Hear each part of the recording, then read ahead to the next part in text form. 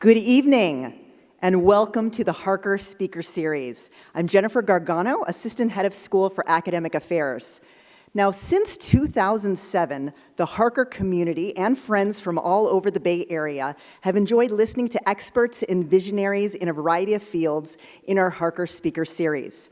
And we are so glad that you have joined us to hear from distinguished author and educator, Julie Lythcott-Haims. Ms. Lythcott-Haims spoke to our upper school students this morning as part of our Living with Intent, Focus, and Enthusiasm program, which we call LIFE, a student and parent education program here at the Harker School. We're thrilled now to have Julie round out her Harker Day by welcoming not only current and incoming Harker parents to this evening's talk, but also alumni and members of the greater Bay Area community. We are so glad you are here. Julie will speak for about an hour, and then we'll have time for a few audience questions. After that, she'll be available to sign books in the lobby. Now, don't worry if you didn't get a chance to get a book. We will have them for sale in our box office after Julie's talk. We feel tremendously grateful to have Julie Lythcott-Haims here this evening, as she truly believes in humans and is deeply interested in what gets in all of our ways. Her work encompasses writing, speaking, public service, and activism. She is a New York Times bestselling author of books on human development, a TED speaker, a former Stanford dean, a lawyer, and she holds a BA degree from Stanford University, a JD from Harvard Law, and an MFA from California College of the Arts. She serves on numerous nonprofit boards whose work focuses on equity, education, youth, wellness, or the arts. Tonight, Julie Lythcott-Haims will speak to us about how best to support our children on their journey to live and think independently. I could not be more excited to welcome someone of Julie's caliber to the Harker School, someone with such a rich background and expertise in supporting all students and empowering them to be who they really are and to be their best selves. With that, please welcome Julie Lythcott-Haims.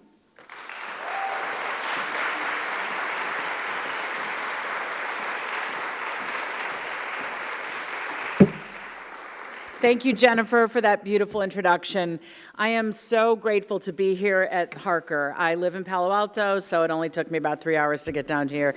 No, I'm joking. It did not take me long at all. I'm impressed with the school right off 280. It's very, very easy to get to.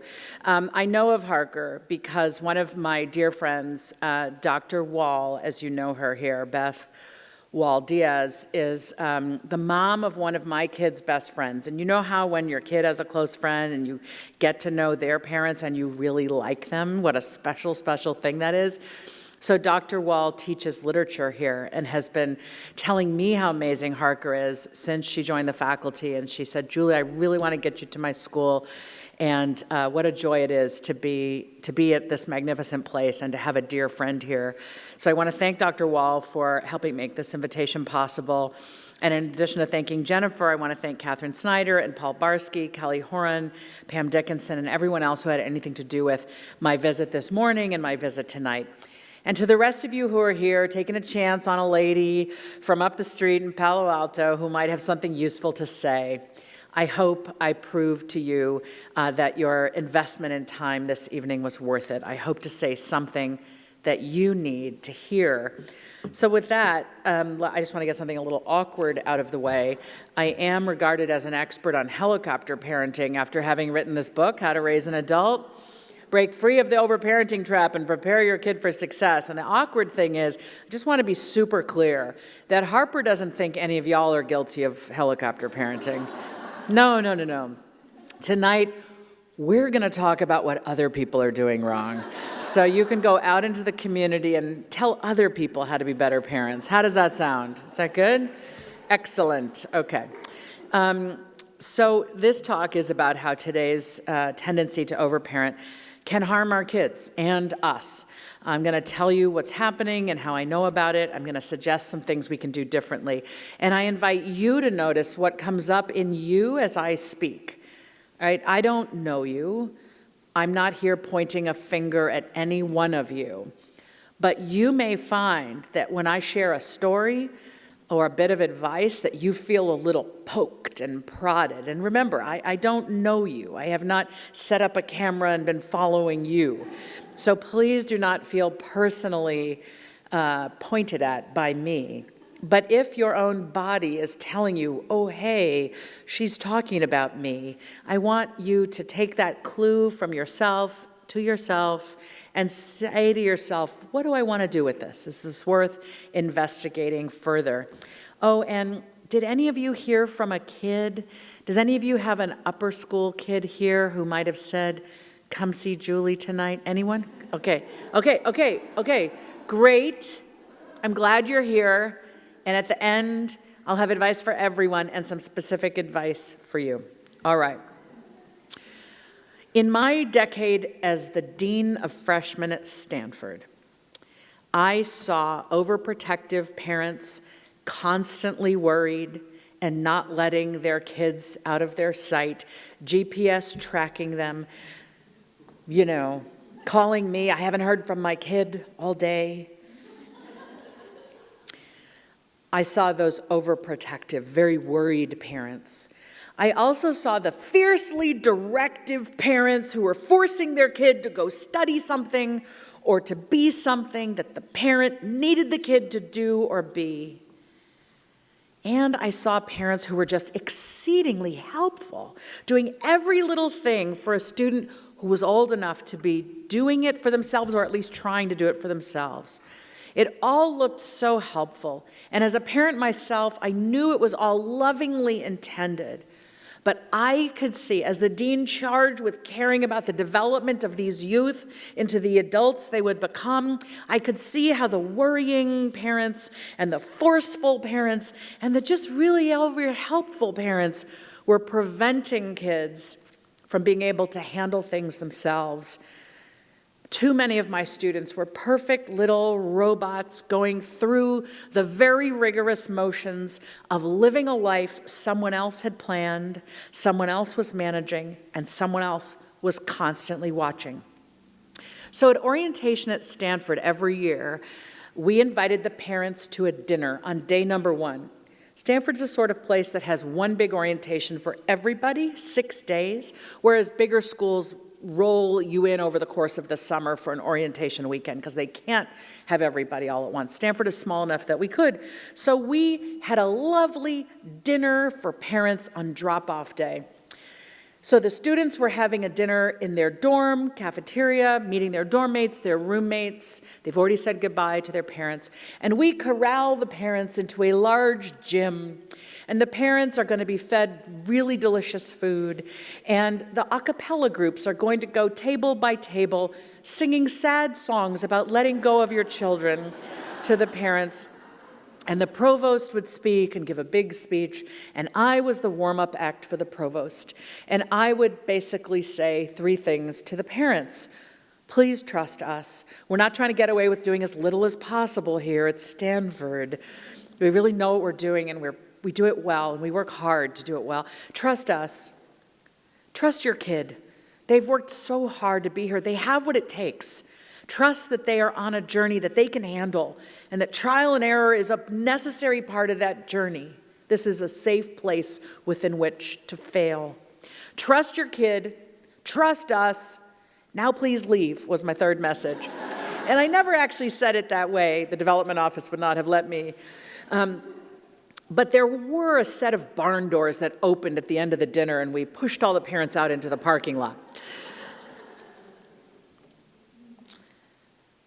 If this is you, I'm not judging you. I've been there. That turns out to be the great irony in all of this.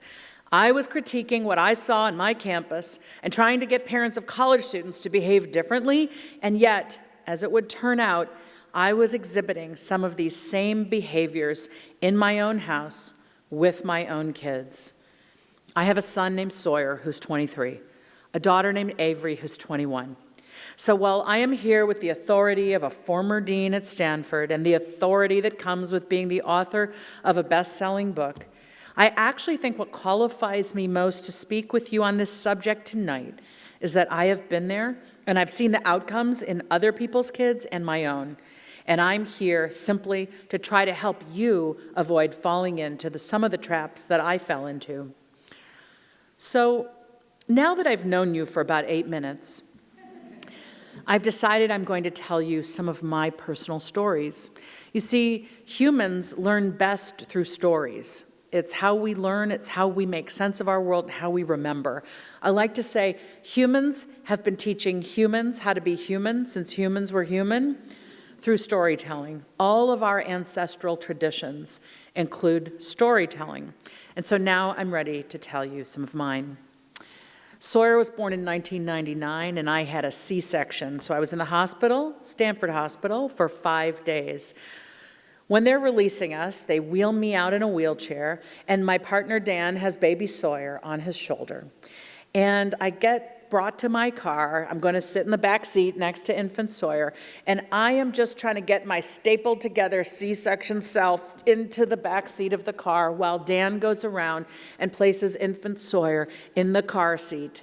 Remember the infant car seat? Back in 1999, it had 3 straps. I think today it probably has 9 straps, So Dan gets the real child into the infant car. We'd been practicing with stuffed animals, and now Dan is getting in the front seat, and he straps himself in, turns the car out, turns the ignition on, eases the car out of the hospital parking lot. I mentioned that I gave birth at Stanford. I thought it couldn't hurt. You know what I'm getting at. Can't you picture the essay? My son's college application essay? I drew my first breath on the Stanford campus, and now I'm ready to breathe there all the time. So Dan eases the car out of the parking lot onto the small road, which becomes a big road, which becomes Highway 101 up to San Carlos, which is where we lived at the time. And it should take us about 20 minutes, but in truth, it takes us about 30 minutes because infant on board. Dan is driving very slowly. But finally, he gets to our place in San Carlos, and he pulls into the parking lot. Not the parking lot, the garage, the driveway. Forgive me, I'm trying to do 2 things at once. I have a prop here that I'm trying to show you, and I'm messing up my story. He pulls into our driveway, and he unbuckles and begins to come around to get Sawyer. When I shout through the window, announcing for the first time something he didn't know, which was I wanted him to go into the house. Don't come get Sawyer. I said, Dan, actually, could you go into the house to my desk? There's that stack of papers on my desk. About 2/3 of the way down the stack, honey, is an application to Bing Nursery School. Because, Bing is a great nursery school. It's Stanford's nursery school. It's where the psychology faculty who study infant and early childhood development study small children and their parents, I think. If you live where I live, you want your child to get their rightful start in life at Bing. And I wanted that for my child, too. And y'all, I'd had the application for 2.5 years, but Bing won't let you apply when your child is just in your mind. You have to have a name and a birth date, which we now had. So I said, Dan, go get the form. I have filled it all out, except the name and birth date, which we now have. Sawyer George Lythcott-Haims, 6/15/99. Get the form. We need to drive back down to Palo Alto and turn in his application. Y'all, he was already 5 days old. I didn't want to ruin his future by getting that application in late. Well, Sawyer got into Bing. Thank you. Thank you very much. And 2 years later, his baby sister Avery got into Bing as well. And one day when Avery was 4, it was my day for pickup. Now, I had a busy full-time job as the dean of freshmen at Stanford, but I had negotiated a flex schedule for myself where I came home and was with my kids on Wednesday afternoons, and then I would go back into the office Wednesday night and work late into the night. And some of you know this kind of arrangement. You've figured it out in your own life. So it's a Wednesday, I'm in a meeting, and I'm all, oh, shoot. Or worse, I see the clock, the time, and I announce I've got to go pick up my kid. So I leave the meeting, I race over to the parking garage, find my car, drive my car over to the side of campus that has the nursery school, find a parking spot, slam the door, run up to the front of the nursery school, where I'm stopped by the nursery school teacher with her nursery school teacher voice. Julie, she says, how are you? And I'm thinking, I'm stressed out of my mind, but I didn't say that. Who says that? I said, great, how are you? She says, great. Do you have time? Do you have time to look at what Avery did in nursery school today? And I'm thinking, no, I don't. I'm late for her. I'm going to be late for Sawyer, who's now a first grader in the Palo Alto Unified School District. I'm thinking, right, I don't have time. But who admits that? To the teacher. I said, sure. Hoping that what she had in mind was not going to take very long. I follow her into the classroom. There's Avery. Thank goodness I'm not last. I hug Avery, kiss Avery, and together we follow the teacher who is beckoning us over to this side of the classroom where there's a big round table, and the teacher has laid out on the table Avery's artwork from that day. These are facsimiles that I have recreated. This is not Avery's real work, but it kind of looked like this. Small canvases about this size, watercolors done with Q-tips. 10, maybe 12. It's a Wednesday. We live in an open floor plan house. Do you know what I was thinking? Where are we going to put all this art? If she's this prolific by Friday, we'll be out of wall space. But I didn't say that.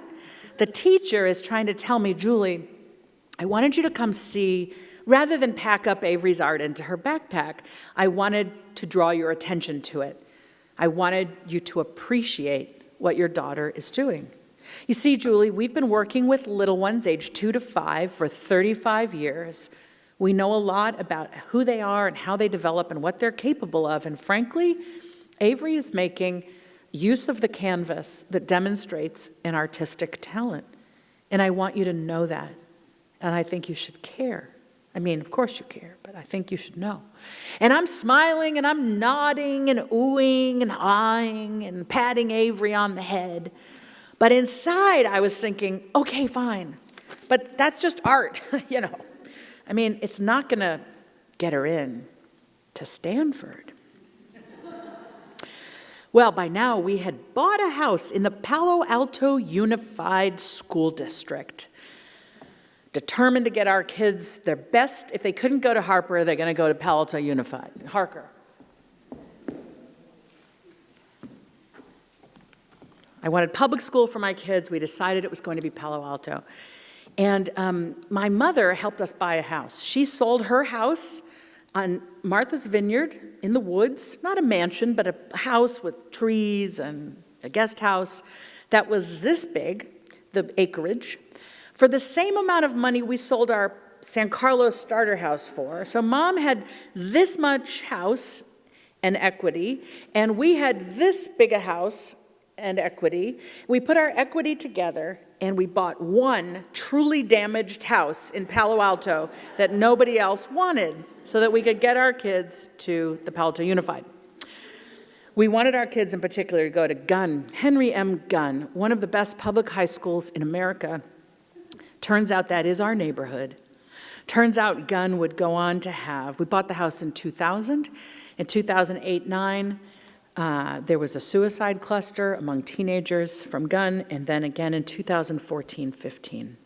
That's my neighborhood. We didn't know any of this then. We just wanted the best for our kids. Opportunity, great classes, great families, and that's what we were buying into. Sawyer is a reader. Sawyer has loved books since he was a tiny little guy. He went from chewing on books to carrying books everywhere. Sawyer's a sort of kid who wants to read at breakfast, and we let him. He wants to read at dinner. We don't let him unless we declare it's a family reading dinner, and we're all going to open a book. Sawyer would take a book on a play date because in case the play date didn't work out, he could just go sit on the curb and wait to be picked up and read a book. And when Sawyer had his first girlfriend, together, they would sit in parks under trees and read books together. That's my son. So Sawyer was diagnosed with ADHD and anxiety and dysgraphia in the 4th grade, but we weren't too worried because our son is so smart, so capable, so studious. I mean, bookish, but also very intellectually curious, and we just knew that he had passion and drive that was going to fuel him and help him succeed, and weren't too worried about these diagnoses. When he was 10, I was still the dean of freshmen at Stanford, and I had just given that orientation speech for the 7th year in a row. Remember my speech? Trust your kid, trust us, now please leave. And I came home for dinner with my own family for the first time in weeks, because preparing for orientation takes, a lot of time. So I'm finally kind of got it behind me. I'm having dinner with my own family, sitting next to Sawyer. Dan's next to Avery. We're starting to, eat. And I lean over Sawyer's plate, and I begin cutting his chicken. 10. And some of you are like, so? Those knives are sharp, And some of you are going to surreptitiously text your 11-year-old, you're going to cut your own food tomorrow, buddy. That's when I realized, oh no, I'm one of those parents. I'm not going to be able to let go of an 18-year-old because I'm cutting the meat of a 10-year-old. And I realize there are so many skills a human has to learn between cut meat and go to Stanford or the Army or the workplace or wherever he was going to go. Stanford, please, right? Like, what am I doing? And I realized all of a sudden the parents on my campus who I thought were wacko, I was like, oh, they didn't just start overparenting with an 18-year-old. They never stopped. They forgot that they're supposed to teach the kid to do stuff along the way so they can let go. Instead, they've been doing everything and planning everything and fixing everything so they can't let go. And it was like I was visited by Dickens's ghost of Christmas future, who said to me that night as the rest of my family was happily eating, if you ever want Sawyer to be independent, you better stop cutting his meat. And I said to the voice, okay, but where's the book? Who tells you? When do you make them cut their meat? When do you let them cross the street? When do you make them tie their own Velcro, their own shoes? When do you let them talk to strangers? I didn't know the answers, but I was now deeply invested in the question. All right. Avery would have been about 9 at the time of this story, or shortly thereafter. And I'm still the dean of freshmen. I end every week with office hours with other people's kids. Okay, my students will come and ask me, should I major in econ or history? Should I do this research project or that public service opportunity? Here's what I'm thinking about grad school. Dean Julie, what do you think? That's what they called me. And I never had answers because I think it's really arrogant to tell someone else what to do with their life. But I knew within the student lay the possibility for deep critical thinking. So if I could just open them with good questions, if I could open them to their own intentions and dreams and fears, they could make the decision. And so when students came to see me, I would ask things like, hey kid, who are you? Not like, who are you, but like, who are you? What do you know to be true about yourself so far in this young life? What are you good at? What do you love? What do you think you might want to make of this one wild and precious life? And here I'm quoting the late poet Mary Oliver in her poem, The Summer Day. So one day, in walks a 20-year-old sophomore named Faith. She'd made an appointment to meet with me. She had dressed up in a suit for this meeting, very impressive. I hadn't met Faith before, so we spent some time chit-chatting, and I'm asking her these questions about what she likes and what she's good at and what she wants out of life. And Faith says, well, I'm pre-med. And she shrugs her shoulders. Can you see me shrugging my shoulders? Right? Faith goes, I'm pre-med. And I said, what does this mean? And she said, I have to be. And I said, you do? And she said, yeah. I said, how's that, Faith? She said, well, my parents are both doctors. I'm the oldest of 3. They expect us to be doctors, so I'm pre-med. I was like, okay, Faith, I hear you. So what would you be doing with your life if it was just up to you? She did this. I'm pre-med. So I got a little cheeky, I'll admit. I said, okay, so if your parents dictating what you do with the rest of your life, forcing you down a path you don't seem too thrilled about, if that's not why you made an appointment to meet with your dean, Faith, how can I help? Why did you make an appointment? And she says, well, it's just kind of a lot. You see, they pick every class in furtherance of what they think is right for my med school apps. If I have room in my schedule for an elective, I'm allowed to make a list of classes I'd like to take, but they have veto authority over any particular choice. And this summer, they want me to work in a medical clinic. They want me to do something that'll look really good on my med school apps one day, so they've decided I need to work in a clinic this summer. And I just think I need kind of a break. And I said, yeah, Faith, I get it. So, Faith, what would you be doing this summer if it was just up to you? If you got to be the one to decide how to spend these summer hours, this summer effort, what would you like to do? And she said, with the doubt in her voice for whether this was even legitimate, she said, I think I'd like to work with rescue animals. And I said, terrific. I'm sure there's plenty of opportunities for you to do that work right here in the Bay Area, Faith, or maybe even back home where you're from in the Midwest.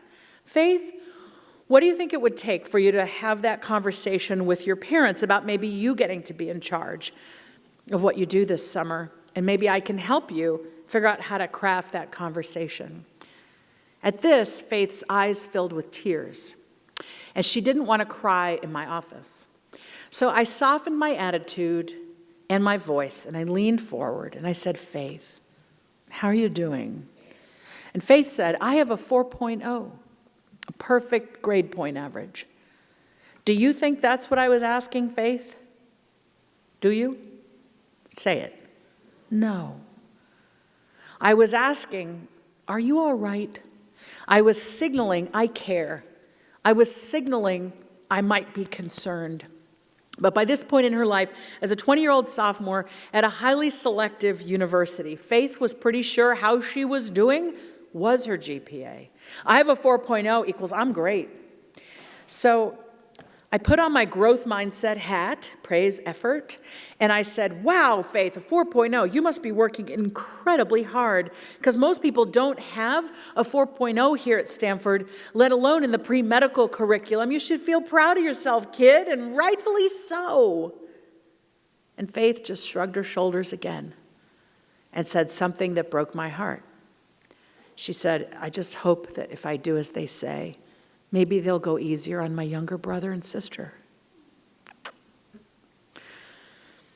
At that moment, I realized I might be looking at a grown-up version of Avery, my daughter. I realized staring at, sitting with, holding space for this 20-year-old daughter belonging to someone else, that one day my girl would be on a college campus, hopefully the one I gave birth to her on, I met her dad at, but somewhere, she'd be somewhere. And she'd have questions. What should I do this summer? What should I major in? What do you think about this opportunity? I've gotten myself into a difficulty. I need help. And she would meet with an advisor, a mentor, a faculty member, a dean. And they would say to her, if they were worth their salt, who are you, kid? What do you know to be true about yourself so far? What are you good at? What do you love? What do you think you might want to make of this one wild and precious life? And I realized that day with Faith that my baby girl would say, I was good at art, but my parents wouldn't take it seriously.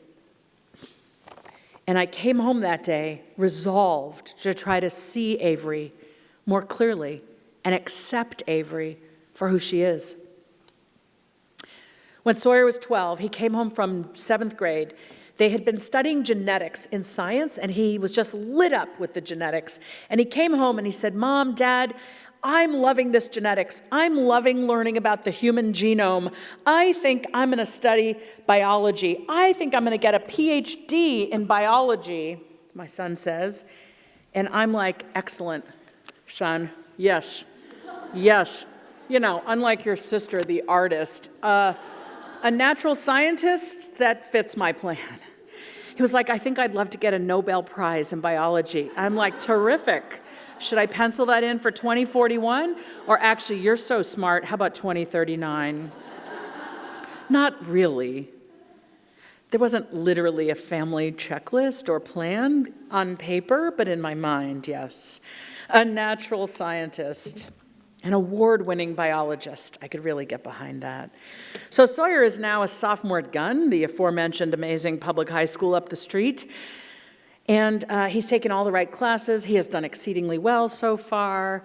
And now it's fall of sophomore year. Spanish 3, honors chem, algebra 2, fast lane, designed to lead to the right calculus, designed to lead to the intergalactic math in college, honors English, honors history, some other classes, I don't remember, but you get the point. My kid is on the right track and he's doing very, very well at this elite public high school. The only problem is, for some reason I can't figure out, my son has 5 hours of homework at night. Now, I felt that this was too much. It's way more than I had, but times have changed, fine. I'm in Palo Alto, fine. But this wasn't yet the junior year, which we're all complicit in allowing to be hell, right? Oh, junior year, they never sleep. Oh, junior year, they have to take 18 APs. What colleges, right? This was sophomore year. 5 hours in the fall.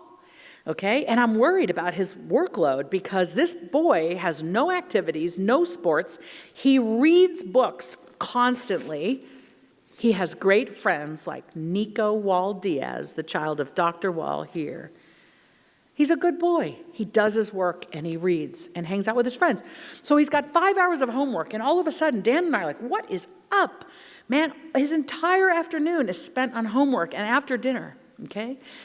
And so the first weekend of this, homework, Dan and I sit down with him, try to give him some advice about how to do the homework and how to talk to his teachers to kind of stack the homework up differently so it's not such a big load. We're hoping he can bring it down to 4 hours maybe, or maybe even 3.5, knowing that the big homework load is fully a year away.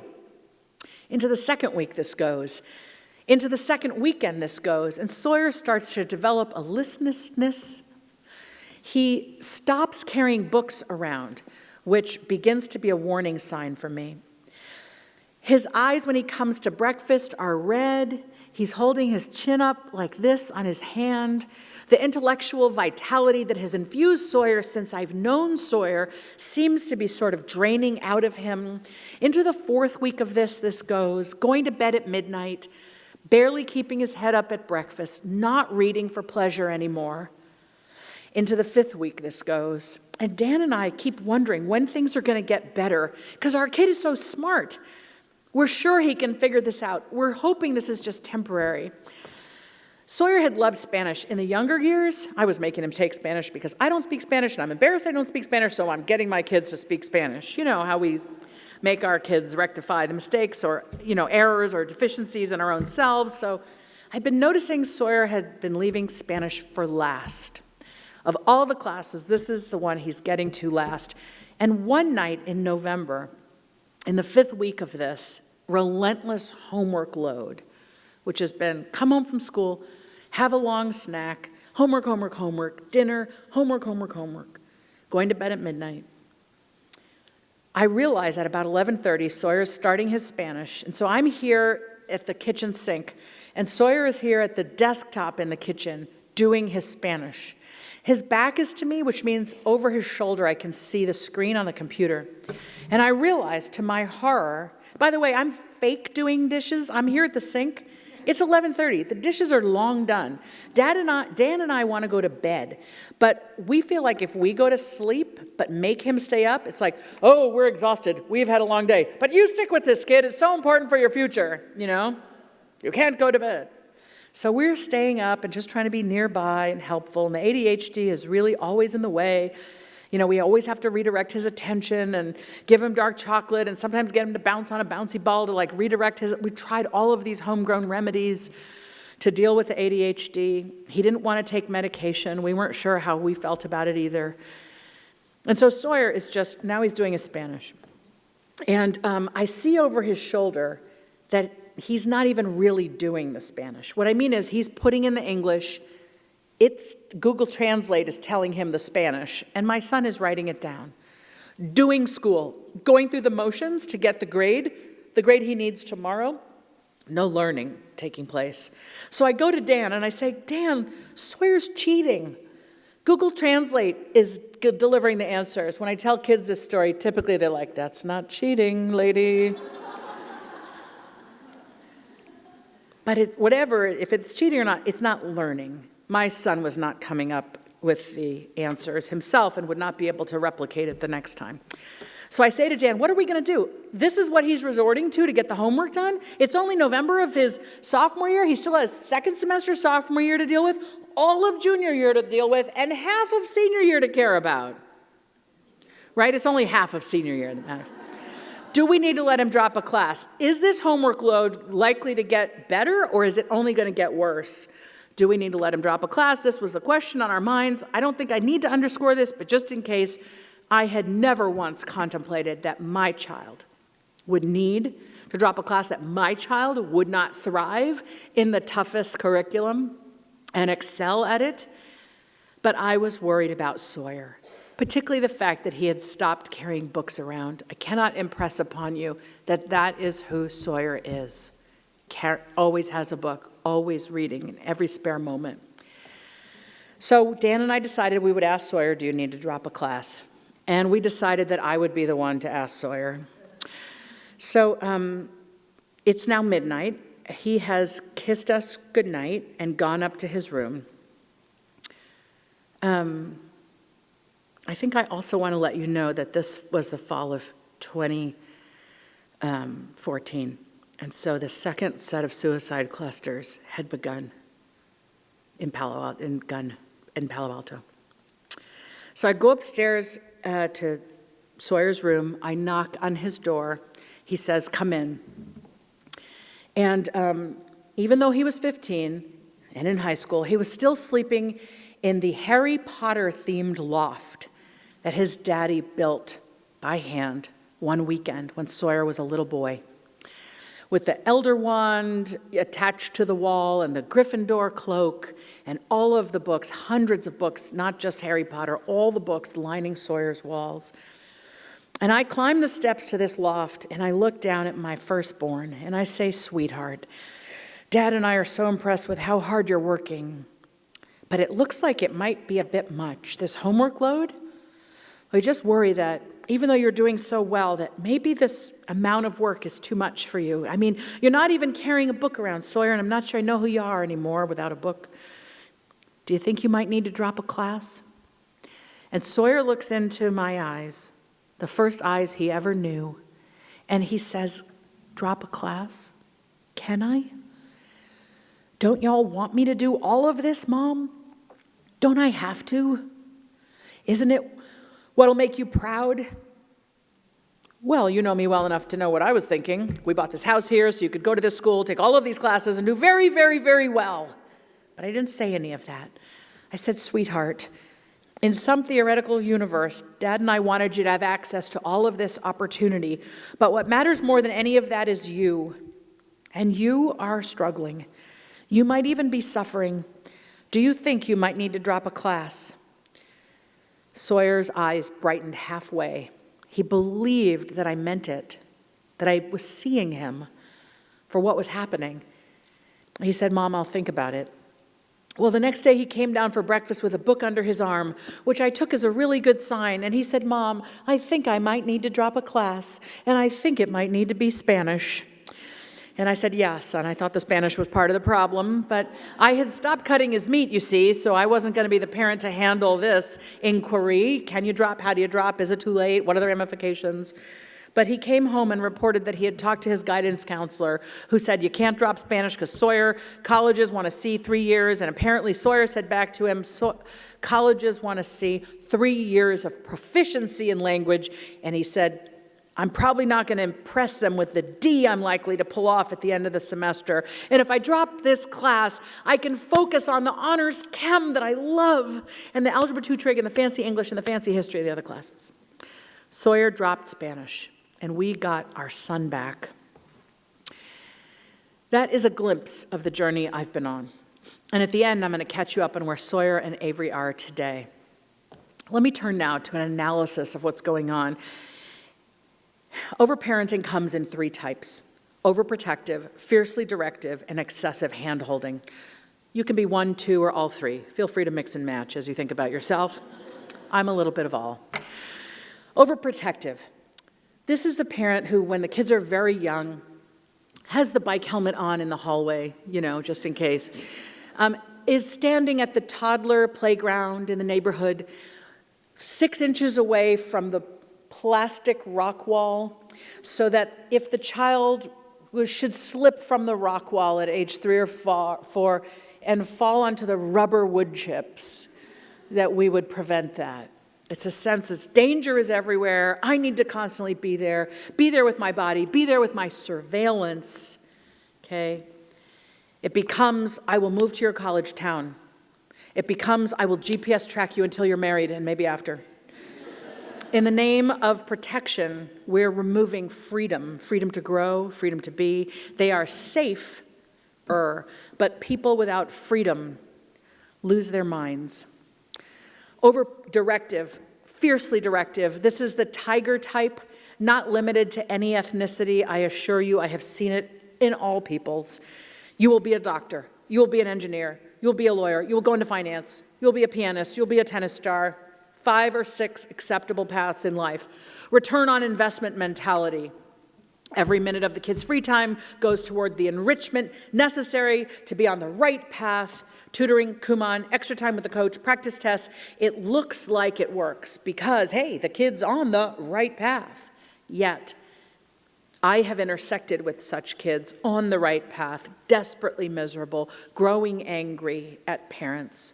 They follow our demands regarding being on the right path because they're afraid of us, or because we kind of condition our love of them on how well they execute our plans for them. And people forced to be something their parents want/need/demand resent those parents someday. If we behave this way, we are ensuring that our kid will be in years of therapy trying to get over hating us. And then there's the complete opposite, the excessive handholder parent. In contrast to the fiercely directive parent, this parent is the BFF. How can I make childhood easier, honey? The concierge. How can I make childhood more pleasant? The handler. Like the kid is an A-list celebrity in Hollywood, and the parent is running around with a clipboard to make sure nothing is forgotten. Waking up the kid, wiping their behind, tying their shoes, holding their hand. All of this is great, but we have forgotten that all of these things must be taught to the kid over the course of childhood so they can one day do things on their own. So we are wiping their behinds too long, bathing a child who should be bathing themselves too long. We're unscrewing the tops of their juice drinks, okay? Coaches tell me that 12-year-olds cannot crack the top of a Gatorade, which is harder than this, I admit, but like a thicker plastic cap. Why? Because a very loving, thoughtful adult all their life has cracked the cap and handed them the drink. All they have to do is drink it. They lack the fine motor skills and the biceps to crack a Gatorade top, and we have done that to them. All right? We're bringing the forgotten backpack, too long, the forgotten lunch, the forgotten sporting equipment, musical instrument. When we're the excessive handholder, nothing ever goes wrong. We ensure it.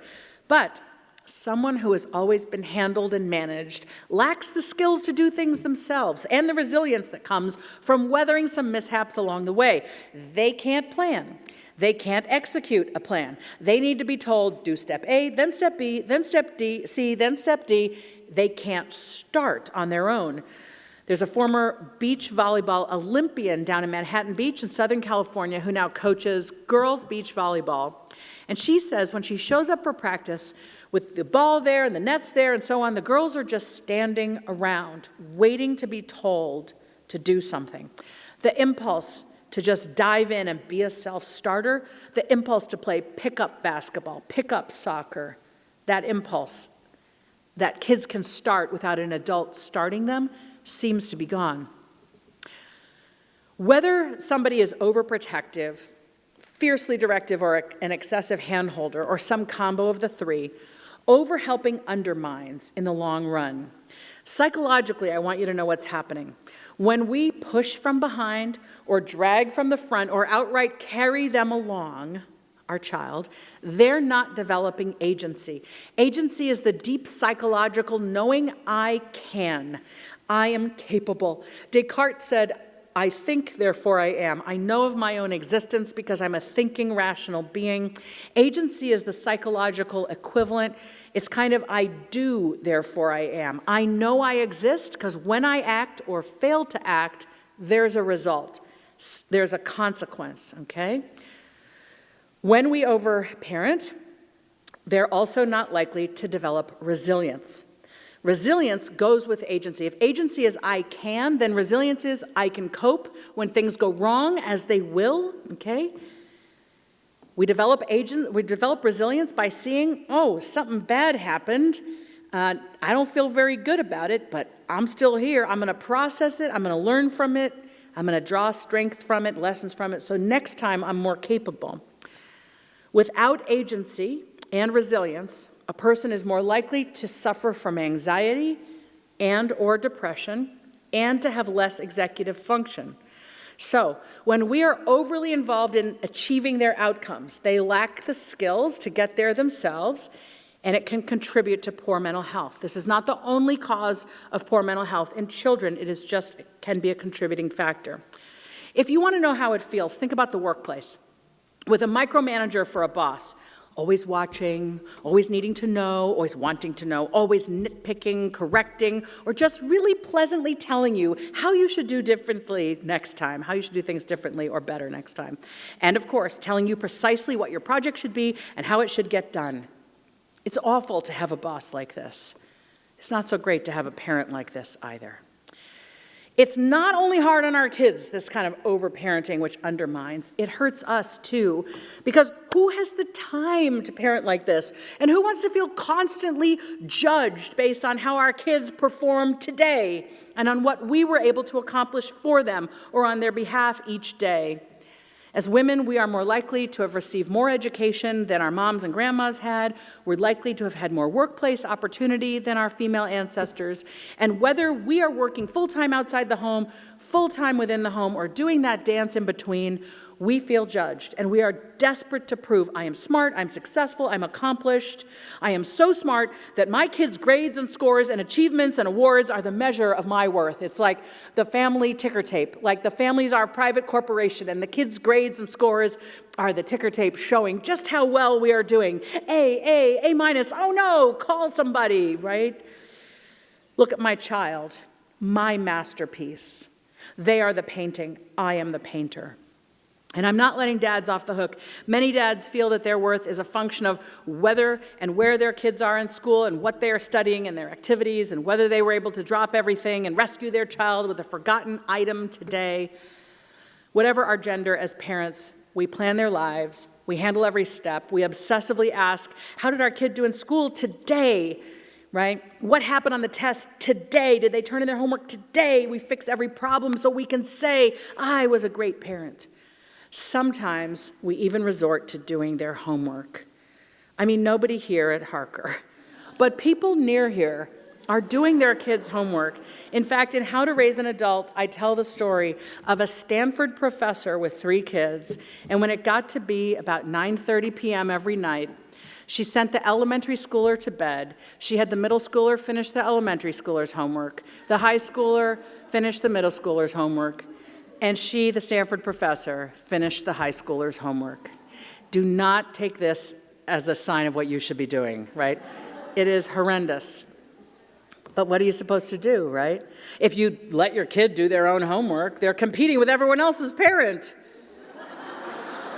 Right? And then we're like, oh yeah, I stayed up all night with the glue gun. Oh yeah, it was a really tough assignment. You know, the math, oh, honey, no, it's not a 9, it's a 6. Come here, let me get your math, right? We fix it, want it to be perfect. If you can teach your kid the math, great, teach them so that they can learn, but don't just clean up the math and have them turn it in, right? Or the writing, oh, honey, let me read your paper. Oh, let me read that essay. Oh, what about this? Maybe you should write it this way. How about you just put it on Google Docs? I'll just, take a look. And then you're mad. How did we get a B? We worked so hard on this. It's not that we're supposed to do nothing for our kids. Don't get me wrong. We are playing the biggest role in our kids' lives, and we do for a very long time. And it's an important and necessary and wonderful role. It's just that to be great at parenting, we're not supposed to spend every waking hour handling for a kid. We're supposed to teach our kid how to do things for themselves, and that takes time and patience. I want to give you some visual metaphors. There's some to help you envision sort of the type of parenting we're supposed to be up to and what's problematic. Picture the Westminster Dog Show. Do some of you have dogs? Do you know about the Westminster Dog Show? It's a fancy dog show in New York. Every year, if you have a purebred dog, you can enter it into the dog show and you can win best in breed, type of dog, best in class, a whole collection of types, or best in show, okay? When we overparent, it's like we're going for best in breed, or best in class, or best in show, right? So our kid, the dog, is trained by us. There's an obstacle course, childhood, school, that we make them run through, and we know exactly which obstacle course they need to go through in order to achieve that trophy we're gonna take home for ourselves. And we put these hoops in front of them that they have to soar through, and we have these little cluck, tick, tick noises that we have with our dog, our kids, so they know how we feel, they know if they're meeting with our approval or not, right? And we are there in our outfits with our dog in the Westminster Dog Show, and we win, yes, look what we did. But your kid is not a dog. They're a human, or they'll be off leash one day, and then what? Okay? Then there's this old adage, I think it might be biblical, don't give a person a fish, teach a person to fish. If you give a person a fish, they eat for a day. If you teach a person to fish, they eat for a lifetime. Parenting is teaching the kid to fish.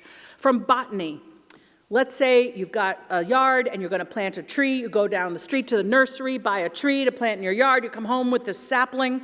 It has a root ball and this tiny little tree. And you have to dig a hole and unwrap the root ball and get the tree in there and pack it in with dirt and some water. And they give you a wooden dowel that is meant to be put in the ground right next to the sapling. So here's the sapling and here's the wooden dowel. The sapling is the kid. You are the dowel. When you first bring it home from the nursery, they say tie the dowel to the tree trunk, right? Because the trunk is so fragile, it would just fall over without the dowel. But they say, over the course of weeks and months, you have to gently move the dowel farther away from the tree. That is how the tree, as it's growing taller, also grows stronger. As the weather comes, the tree has to yield a little bit to the weather, to the wind, okay? It has to be removed from the dowel to actually develop the strength to stand on its own. Once its roots are in place, good values from home, it's more likely to be able to stand and weather the storms that come. You cannot be the dowel that's attached to the sapling forever, or else it will not be able to stand on its own. From sports, bowling. Picture bowling. It's a long, thin rectangle of wood. And the goal is throw this enormously heavy ball, hit all 10 pins. This is the game of life. We want our kids to win. And so in bowling, there are actually these gutters on either side of the lane, right? New bowlers, often they put up the bumper rails so that your ball can't accidentally go in the gutter. Because when you're brand new, you can't throw the ball. You sure can't throw it with any kind of direction and speed. Without the bumper rails, the gutter would be the home for the ball. So when somebody is new, we put up the bumper rails, which means no matter how terrible they are, at least the ball isn't going to fall in the gutter. That's good parenting. Be there to make sure your kid doesn't fall into the gutter of life, but let life teach them how to throw the ball straighter and harder and with more certainty. Modern parenting has brought the bumpers right in here next to the ball. All the kid has to do is throw the ball, and it can't help but go straight down and hit all 10 pins. We have to bring ourselves as parents back out here so that they can have the experiences in life that will ultimately teach them how to strike all 10 pins on their own. Let me stick with sports. Another metaphor, stay in your lane. Or don't run the race for them. Don't push them from behind. Don't pull them from the front. Stay in your lane. This means feed them, shelter them, love them unconditionally, meaning as they are, not when they succeed, but because they breathe. They are desperate to know they are loved because they exist, not because of whatever grade they got in Mr. and Miss So-and-so's class today. Feed them, shelter them, love them. Teach them every skill a human needs to know. Provide the opportunity you can in accordance with your means. Expect hard work. Expect good character. Be their best role model for those two things. And then get out of their way. For those here whose kids suggested that maybe you should come and hear me, I see you. It's all right. I've been there.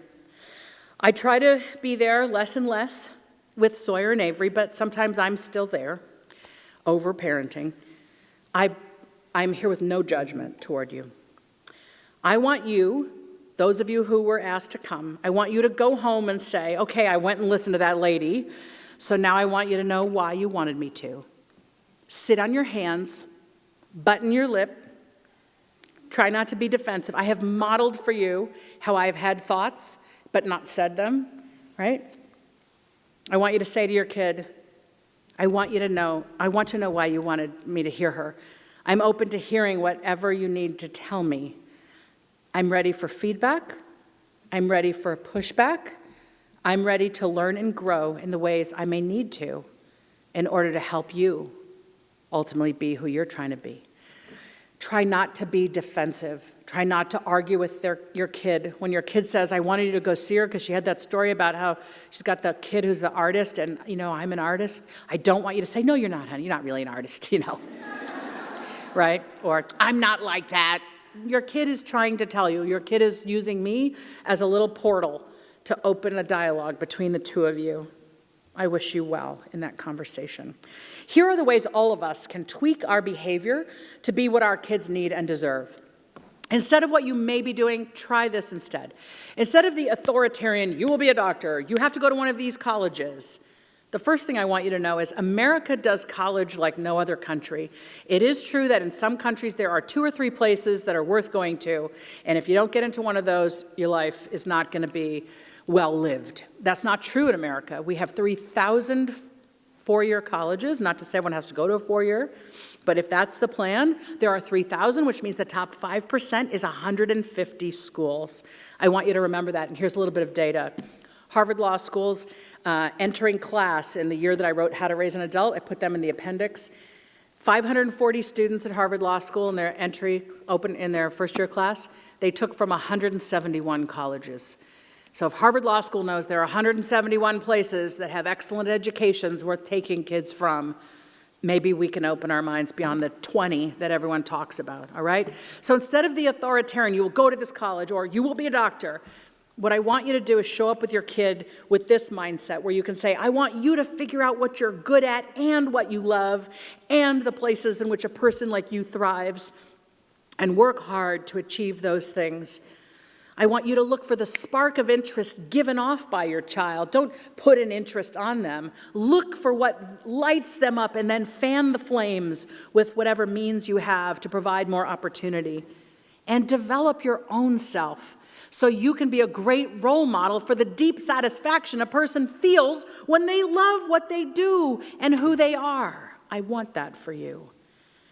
Instead of over-accommodating their fears and worries, we're supposed to empathize with their fears and worries and then empower.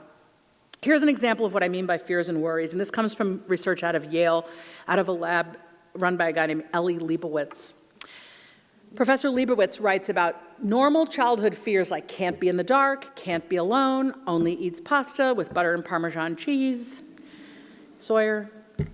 Over-accommodating means, okay, you can't be alone, you'll never be alone. One of us will always be with you. We will structure our lives so you are never alone. If they can't be in the dark, you'll never be in the dark, don't worry, we will never allow you to be in, we'll never let you be in the dark. And over-accommodating with the food is, don't worry, I will always have some pasta with butter and Parmesan cheese in my bag, which I only did once, okay? What happens is, according to the research, when we curate their environment so they never have to face the fear, it's like telling them, that thing you're afraid of is such a terrible thing that I could never let you experience it. We are turning a natural fear, we're turning the dial up on it so that it can become a full-blown anxiety. We're supposed to empathize and empower, and that sounds like this. I know this is hard for you. I'm so sorry it's hard for you. I love you so much. Pause. And you know what, kiddo? I know it's hard now, but it won't always be this hard. And then smile and walk away. And that's what's so hard for us, I know. There's an article on this in The Atlantic 3 years ago. And when it came, I read it and thought, oh my God, they've had a video camera on my family. And I said to Sawyer, I think you should read this. And he was like, wow, Mom, this is our family. I was like, I know, but at least I wasn't like that lady in the basement. There's a story about in the article on over-accommodating kids' fears about a lady with a 4-year-old who loved Lego, and the Lego was in the basement, and the kid was really into the Lego and was building something, but the kid could never be alone. And the mom had to go to the bathroom. She really had to pee very badly. And she was like, oh, I can't, if I drag him away from the Lego, he'll be really bummed, but he can't be alone. He'll cry if he's alone. So option 3, she found a big bucket in the corner of the basement and just, peed in the bucket. So I said to Sawyer, at least I didn't do that. I gave you butter with pasta and Parmesan cheese from my bag at a cookout one day because I knew you wouldn't eat the sausage, but at least I was not going to the bathroom in a bucket. It's great to hear other people's stories and feel better about ourselves, right? Okay. Instead of over-helping with, oh, you left something at school or at home, let me go get it for you, let me bring it to you. It's another opportunity to empathize and empower. Okay, they left their backpack here or at home, and they tell you, they text you, or they say, Dad, I left my... Oh, I'm so sorry, honey. That must not feel very good. Are you all right? Empathize. And then empower. How do you think you're going to solve it? How do I think I'm going to solve it? Go get my bag, Mom, Dad. That's what they're used to. You might have to manufacture a reason why you're too busy. I'm so sorry, I can't. But I'm confident you can figure this out. Smile, walk away. Okay? Or, that sounds like a problem an 8-year-old can solve. That sounds like a problem an 18-year-old. Whatever age they are, just say that. That sounds like a problem. With a smile, not a snark. That sounds like a problem an 18. No, that sounds like a problem a 15-year-old can solve. Smile, walk away. What you're saying is, it's a problem, it's not my problem, it's your problem, and I think you can. And that last message, I think you can, is actually what's missing from modern parenting. Overprotection, fierce direction, excessive hand-holding sends a message, I think you can't. So therefore, I will. That's the shift, okay? I think you can. It's beautiful and loving, okay? Now, this holds outside of true emergencies, i.e. don't be that whole jerk, okay? If the kid has practiced for a recital for 3 months and has left the instrument at home, that's not the day to be like, Julie Lythcott-Haims said I should not bring you your instrument. Don't be a jerk. If it's the day of the SAT or the ACT or one of those big tests and you're trying to get your kid to teach themselves to wake up to an alarm, that's not the day to be like, too bad, so sad. If only you'd woken up, you would have taken it. No. All right, don't be a jerk. But just don't treat everything in life like it's the SAT. Let's stop acting that every single piece of homework that needs to be turned in is the equivalent of the biggest test of their life. Let them learn the lesson of, oh, I better remember next time because it did not feel good to forget, okay? All right, when a person did something we don't like to our kid, instead of, I'll tell you what to text back, or I'll do it myself, like, I'll write the text for you. Empathize and empower means validating their feelings, right? Somebody was mean, somebody was unkind, somebody left them out. Validate that feeling. And then tell them, I'm here for you. Do you want to talk about it, right? And then tell them, I know you have a good head on your shoulders, and maybe you can figure this out, and if you need my help, you can find me in the kitchen, and then leave the room. Okay, there's a lot of leaving, right? Because hovering is, I'll be here, I'll always handle, like, they feel anxious when we're like, are you, huh? Okay? So sometimes you do literally have to, I love you so much, I'm so sorry that happened. Put the phone down, walk away, okay? Because they'll text you back, what do you mean you can't get my backpack? So you might have to actually be away from your phone. All right. Instead of fixing a problem, like Avery will call me like, Mom, I've got this, that, the other, and the other. I'm like, Avery, don't do number 1, don't do number 4. She's like, Mom, stop. I know, I'm just trying to vent, okay? Empathize and empower. Let them vent. Oh, I'm so sorry that happened. Are you okay? You could also say, I have some great ideas. No, don't say it like that. Say, do you want some ideas or do you just want to vent? I'm here for both, okay? Try to not be overly invested in your own great ideas. Instead of, oh, I will talk to the teacher whenever something seems amiss, I want you to adopt a mindset of, I will trust that the teachers here have your best interests in mind, and I will encourage you to be the one to go in and talk to your teacher yourself, where you get involved at the true emergency, the serious level of things, not the everyday things. Instead of, I will GPS track you for the rest of your life, it's, I will teach you to use good judgment when I'm not watching and have a plan for phasing out my surveillance of you. Instead of doing some of their homework for them, no one here, but again, other people in our region are doing their kids' homework. I want you to have this mindset. I will let this be your work, your compact between you and your teacher. I will trust you to ask for help when you need help, but otherwise I will assume you've got this. Doing our kids' homework tells our kids, I don't think you can handle this. Don't worry, right? I've got this. You're a failure at being a fourth grader. Don't worry, I'll step in and be a fourth grader for you. Stepping back and letting them do their own work tells them, my parents believe I can succeed. Instead of, we will plan and execute this activity, this club event, this fair, this lemonade stand for you, it's, we expect that you can learn to plan and execute things yourself, and you will flounder at first and flail a bit and sometimes outright fail. I call these life's beautiful F words. And that's not just okay, this process where you'll struggle, but important, because that's the only way you'll ever be able to run a lemonade stand, a business, a life. Instead of, we will fill out your college applications for you, it's, if you're not ready to do this work yourself, that's okay. Maybe it's not time yet for you to be thinking about college, and maybe that's not even the right path for you, and colleges will be happy for you to apply in a year or 2 or 5. And in the meantime, let's talk about you getting a job after high school, or going to trade school, or community college, or the military, or a gap year. Instead of, you have to go to a brand name college or our life is over if you don't get into that secondary school or whatever, it's about your kid going to a place where they feel a genuine sense of fit and belonging, ideally at a place where the faculty are devoted to mentoring undergraduates, because it's not brand name that makes a person successful in life, according to extensive research by the Gallup research people. It's, were you mentored in college? Those who feel successful, who are successful in life, have that in common. There was somebody in college, a faculty or staff person, who gave a darn about them. So we want our kids to go to a place not just with a brand name, but where they will get the attention, the mentoring that they need. And you may be thinking, what am I paying for with all this high school tuition then, if not a guarantee that they'll go to a brand name college? And I will tell you, you're paying for your kid to acquire the agency and resilience so that they can soar wherever they end up going. Instead of prying into the lives of other people's kids and betraying the details of your own kids' lives, it's, I will commit to not asking and not disclosing things. Look, folks, a teenager's grade scores, college lists, college acceptances are some of the most private stuff they have going on in life. Therefore, it's taboo to talk about it. It's taboo to ask about it. They're not a dog in that dog show, or a thoroughbred in a race, or a stock you've invested in. They're a kid. Just for a taste of how awkward it is to be talked of and talked about in the ways we do, let's think about taboo topics for grown-ups. How much money do you make? Who'd you vote for? How's your sex life? You don't necessarily, right? Somebody's laughing. You don't necessarily want people asking these things. So do your kid a favor and stop asking about the most private things in their lives or their friends' lives. I'm just going to say you may need to get a hobby that isn't your kid. When your life is rich with work, volunteer activities, service, love, romance, romantic relationships, platonic friendship, then the rich fullness of your life shows your kid what an awesome adult life looks like and what they should aspire to.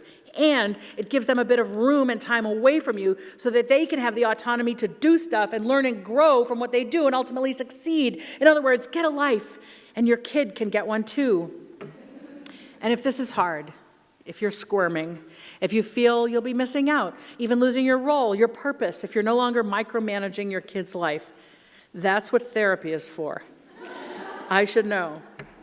Go figure out what's ailing you, do your work, recover from that, gain a fuller sense of who you are so you stop deriving meaning and purpose from controlling someone else's life.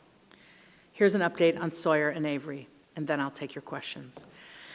Sawyer's ADHD and anxiety led to him dropping out of the very prestigious small liberal arts college he went to. A small liberal arts college that has a great track record for sending people to PhDs in the sciences, even to Nobel Prizes. Sawyer dropped out after sophomore year, then had a serious mental health crisis. Then the pandemic hit, and he came home to be with us. And it took him a good while to heal. With the help of CHC, a great mental health support organization in Palo Alto, we've been in family therapy, Sawyer's had individual therapy and other resources. And in the fall of 2021, my kid, who I'd always hoped would work in a lab, in a biolab up the street at Stanford University every summer in high school, for the PhD, right? I know people who teach bio. I have friends, I could just say, would you put my kid in your lab? And they would have said yes. Every summer I said to Sawyer, don't you want to work in a bio lab? Because you want that PhD, He was like, Mom, I think I want to work in a summer camp. I really like kids. Well, that kid, since the fall of 2021, has been working as an aide for kids with special needs in the Palo Alto Unified School District. 4 or 5 days after starting at Hoover Elementary School in Palo Alto, the principal strode across campus and said, Sawyer, I'm the principal here. I'm told I need to meet you. You're already making a difference in the lives of my students. Sawyer feels cherished, valued, useful. He's using his journey around his neurodivergence and learning differences to help small kids feel better, learn more. My daughter Avery, in contrast to her brother, my daughter Avery is an artist. She paints, as you may have heard. She sings and dances and acts.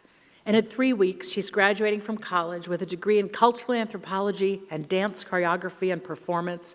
Now, my little artist is going to have to figure out how to pay the bills. But you know what? She will.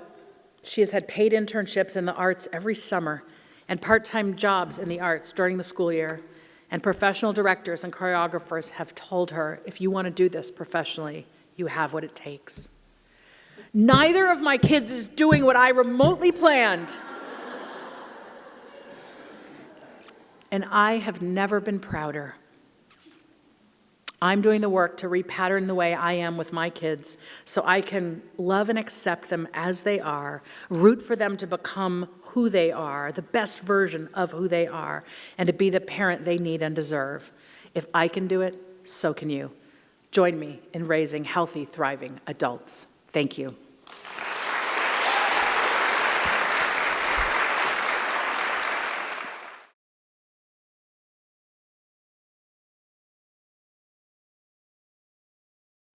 Faith is a pre-med, became a doctor. Faith, like many of my students who were forced down that path, whether it was engineering or medicine or whatever, Faith, is still waiting to feel the authority in her own life to be who she wants to be.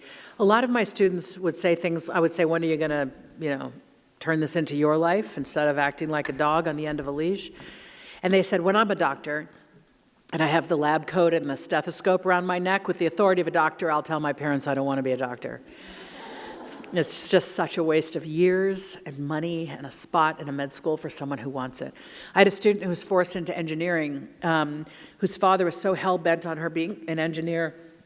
They lived in Florida, but he had a brother out here in Oakland, and he would send the brother over every Sunday night to his daughter's dorm room to make sure she was doing her actually not engineering, her econ problem sets. He thought, if I send my brother and he hovers over her and watches her, she will get her work done. And that student was in tears in my office on a regular basis and flunked out because she was so miserable, and is in process of reconstituting her life. This is a person in her 30s now, trying to figure out, what is it that I want to do? And the relationship with the parents is incredibly strained. I don't know why we do this. And many of us are still dealing with the pressure put on us by people who seem to love us conditionally when we do this. Can we interrupt that cycle and not perpetuate it in the next generation with our own kids? I think we can.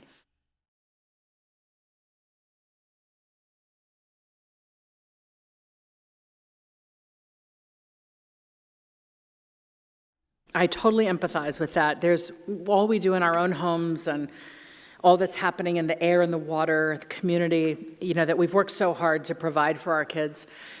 Here are some tips from my home, from my experience.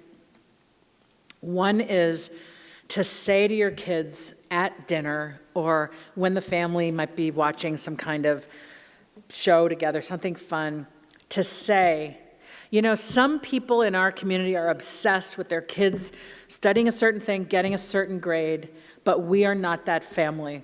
And I want you to hear that. And if you find us doing that, we need to have a conversation.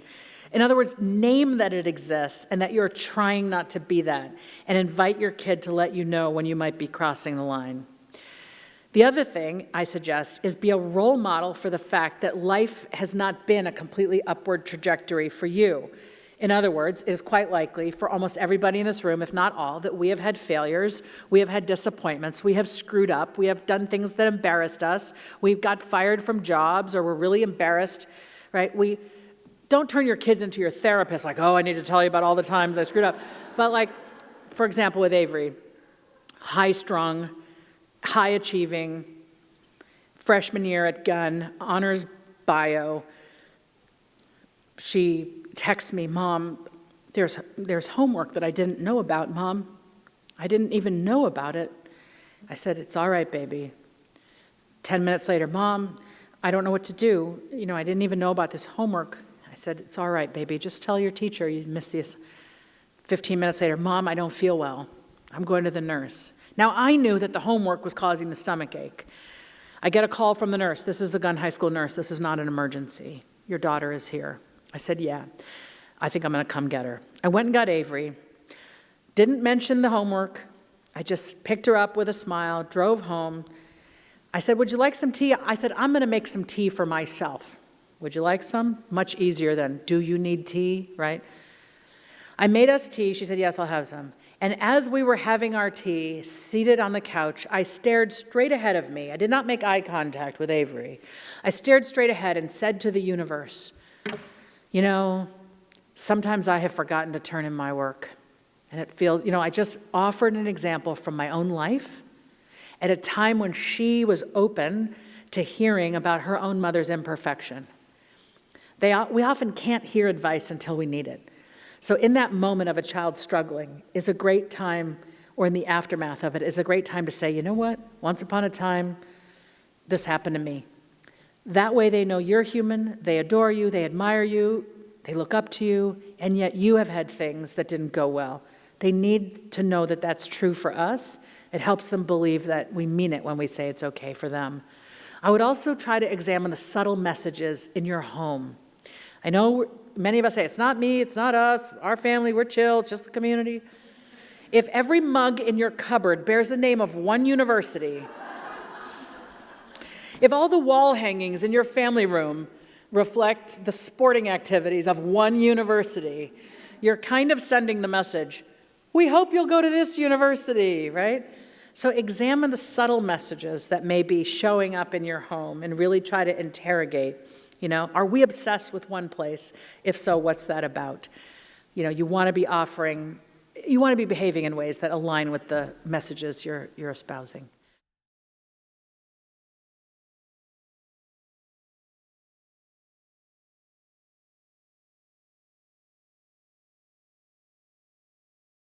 Thanks for sharing. And very many of us are actually overcompensating for something that we did or didn't have in our childhood. So, for example, in Gen X, I'm Gen X, many of us are, our moms were working in the workplace in big numbers for the first time in history, and our dads weren't exactly staying home, so we were latchkey kids, and we had a key around our necks often, and we let ourselves in after school, made a snack, found friends to play with, did our homework, and maybe even started dinner on our own. And we felt neglected. They never came to our games. They might have come to a championship game, not every game, and no practices, right? Now we've swung in the opposite direction. I will be there. I will know every teacher. I will know every friend. I'll know every piece of homework, right? They'll feel seen and supported by me the ways in the complete opposite to how I felt. Many of us have swung to the opposite direction. So I think the answer is that balance is needed. Try to think about the things that you didn't have, that you in hindsight learned were super important, without turning your kid's childhood in a complete response to what your childhood was or wasn't. I think the mindfulness that you're bringing, just even in asking this question, shows that you could go too far. Let me give you a different example. Often when we've been raised amid scarcity, poverty, if our families really struggled, which is the case for many, when we've gotten a good education, worked really hard, got workplace opportunity, excelled, we don't want our kids to suffer it all the way that we did, of course. However, some of us swing in the opposite direction and create the cushiest life for our kids, where they don't ever learn a work ethic, everything is handed to them or handled for them. They are now not capable of the very hard work that made us strong. So we have to ask ourselves, raising our kids amid relative affluence and influence, how are they going to develop a work ethic? If you have servants and helpers, or you have a lot of time on your hands and you can curate their every moment and just serve, ask yourself, how is my kid going to develop responsibility, accountability, work ethic? Just because I can do it all for them doesn't mean I should. And let me never forget how I've developed the work ethic and the thicker skin and the resilience from not everything going my way, because I'm pretty sure that made me successful. There are a lot of extremely wealthy families that really feel they can't hand the family business on to the next generation because the next generation doesn't know how to do anything, right? Where the affluence has just completely undermined the skill building. So find that balance.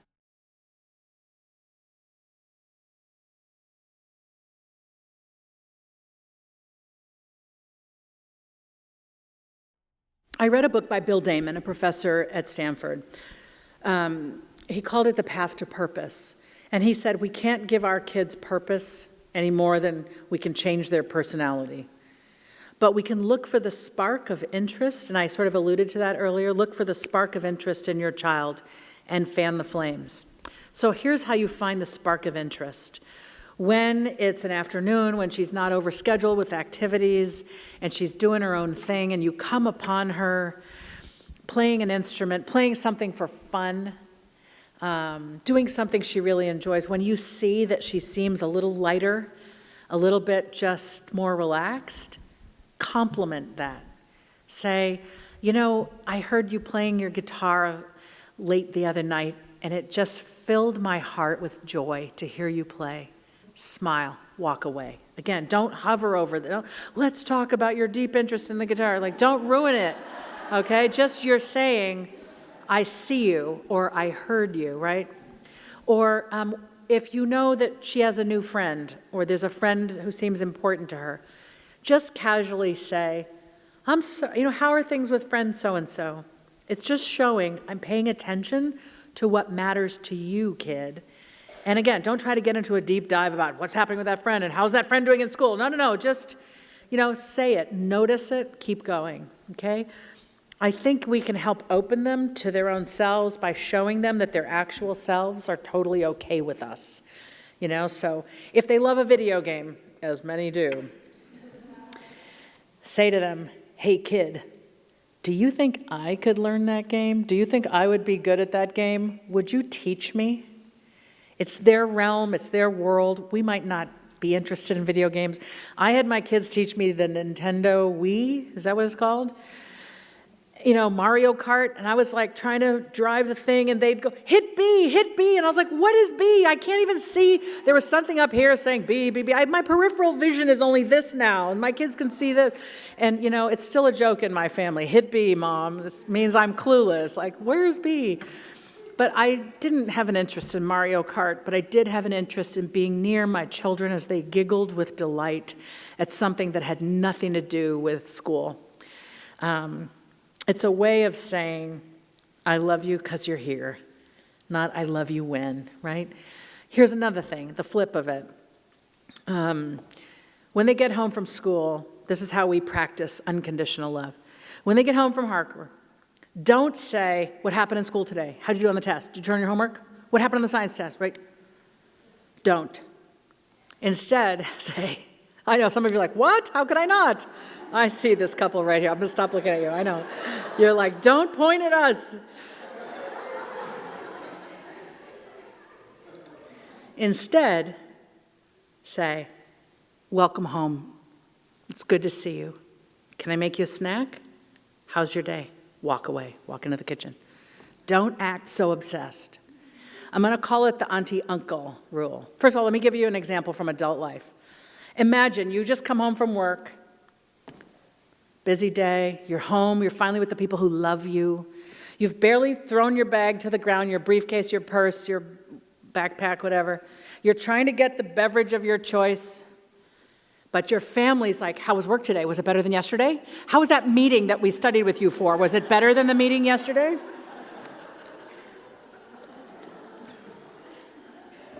We studied so hard for that meeting. Okay? The auntie-uncle rule goes like this. And actually, I got this wisdom from a mom. I'm going to tell you 2 stories. A mom called me after hearing my talk. She's like, Julie, I think I finally get it.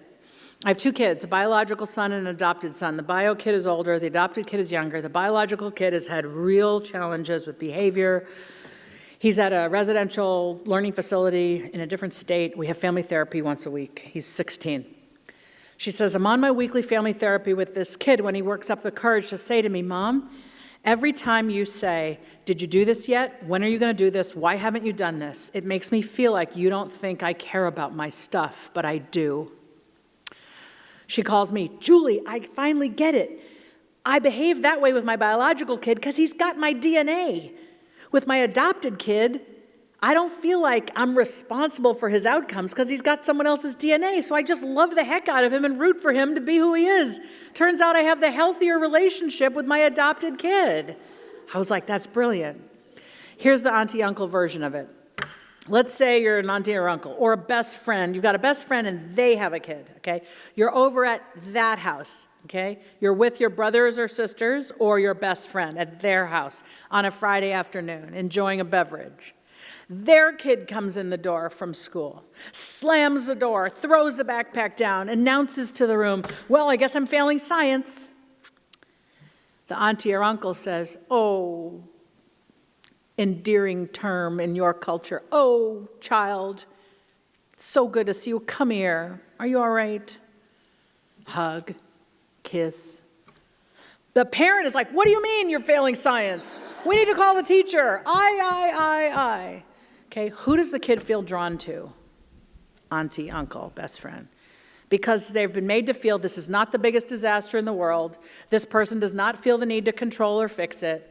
This person sees me as a full person and not just simply as the outcome on the science that I'm announcing. We have to shoot for that emotional regulation that keeps their work with them. It's their science. Oh, I'm so sorry. That must be frustrating. I'm here to talk with you if you want, but you can probably figure this out. You know, let's talk about dinner, right? When you act like your entire life does not revolve around their academic outcomes, it makes you a being they can draw closer to instead of feeling repelled from. That's what we're going for. The kind of presence that doesn't feel suffocating, okay? It's this paradox of a little bit more distance brings you closer, okay? It's your energy, it's your that you're backing off, which makes room for your child to come forward, okay? That's what we're going for. All right, I think we'll take one more, and then we'll go back and start teaching our kids to cut their food.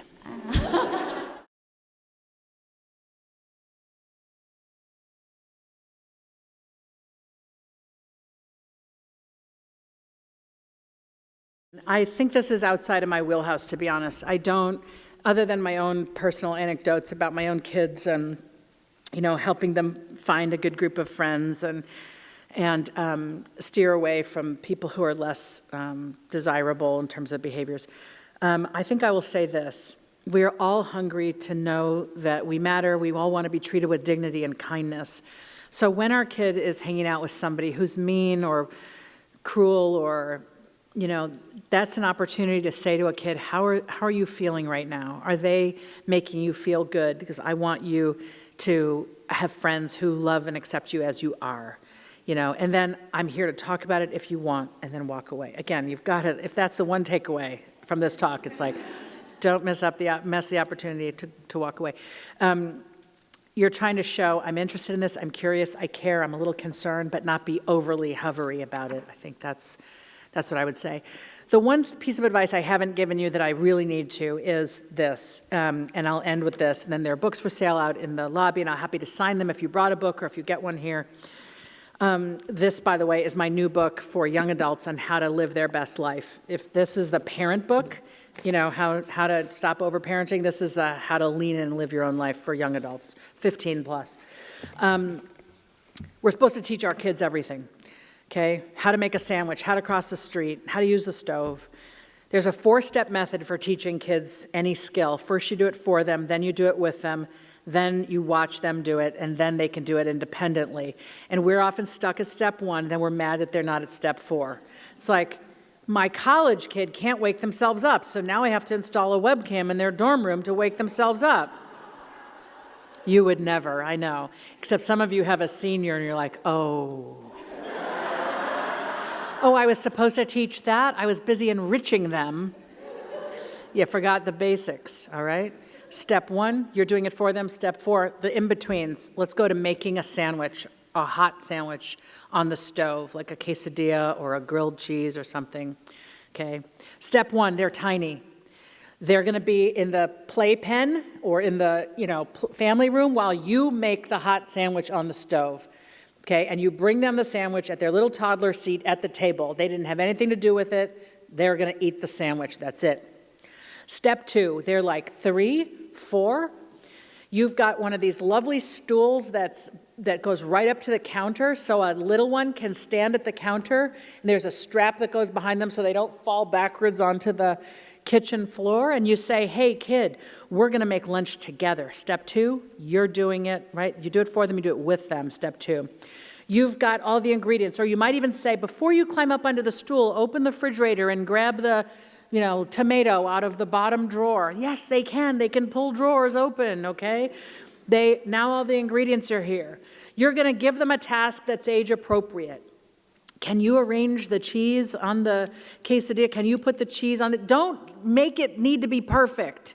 This is not the time for your OCD to get in the way, like the cheese has to be perfectly aligned. Just try to get some therapy around that, okay? Because you're trying to teach your kid to make a sandwich, okay? You're gonna cut the tomato with the big knife. Don't hand your 4-year-old the big knife. You're gonna say, I'm gonna cut the tomato while you lay the cheese on the bread, okay? And then I'm gonna go over to the stove and turn it on, and watch how far I stand away from the stove so I don't catch on fire, okay? Step 2, you're narrating, you're teaching with your loving, patient voice. You do step 2 enough times, you can move to step 3, maybe there's 7. You say, hey, buddy, it's time for you to start making the sandwich. We're going to reverse roles. I'm going to be here to make sure you don't cut your finger off with the knife or set yourself on fire, but you're going to make the sandwich, okay? Step 3 is, step 1, you do it for them. Step 2, you do it with them. Step 3, you watch them do it. You're there for the just in case.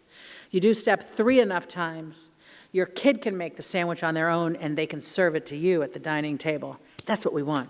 Right? We hope they're going to be capable of looking after us one day in our old age, right? It all starts with making a sandwich. So you want to get from step 1 to step 4, but you can't miss steps 2 and 3 along the way. That is the work of parenting, teaching them everything that we know. You have been a terrific audience. Thank you so much. I appreciate you, and I wish you the best. Please help me thank, on behalf of Harker, Julie Lythcott-Haims, everybody. Thank you so much, Julie.